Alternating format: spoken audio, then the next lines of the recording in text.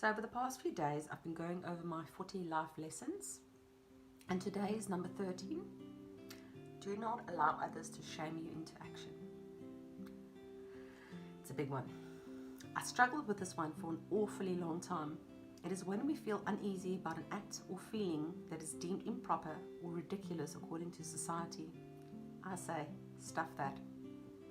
You should never feel bad about being different or saying something ridiculous. This is one of the main reasons I started drinking. I was an oddball and did not fit in 100% anywhere. I was behaving improperly and said ridiculous things, all because I was different, and society tried to shame me. Don't allow them to shame you for being you. Learn to become your own best friend. People, this has really been a really hard one. And I think it's because it becomes more evident. The more I'm alert to it, the more I see it everywhere. And it's become so natural that it's almost second nature of being shamed into silence.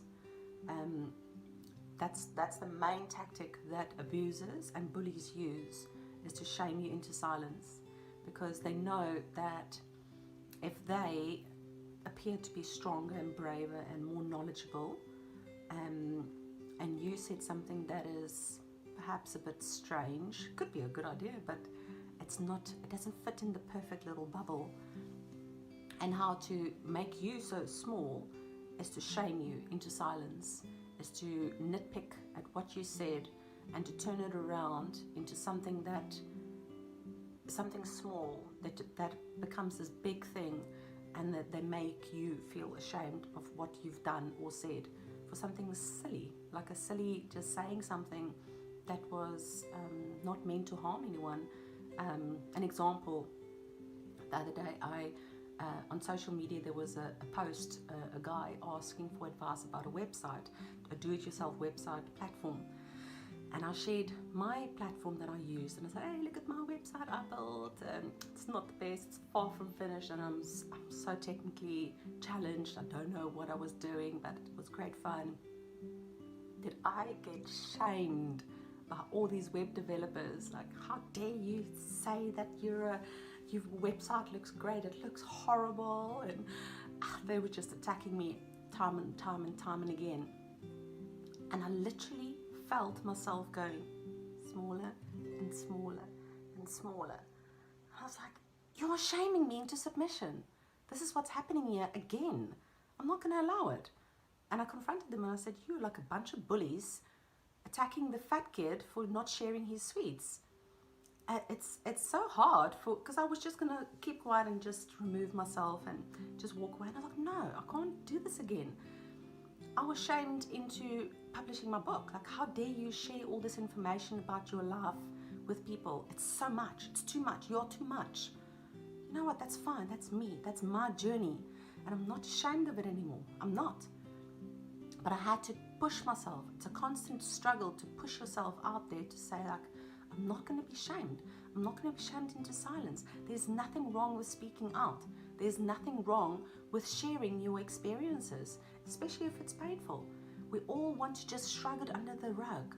Families are terrible with that. They're all like, I'm not saying all, because my families are great, but there's a lot of families out there who are just like, you don't speak about that. That's one topic you do not speak about. You just sweep it under the rug and we keep it quiet. Forget about it. You don't forget about it.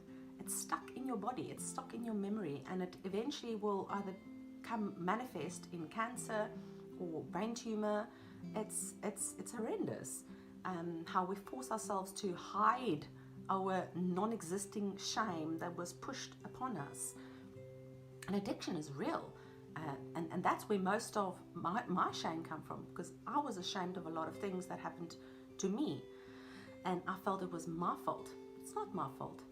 And I became an addict. I became an alcoholic, and then I was shamed into that. And then you try and numb it and drink more, and it just becomes a vicious circle. It never ever ends. And then you want to better yourself, and you're like, how dare you want to better yourself? You just this person from this place. Who are you? How dare you? How dare you want to be better? You must just be grateful for what you have.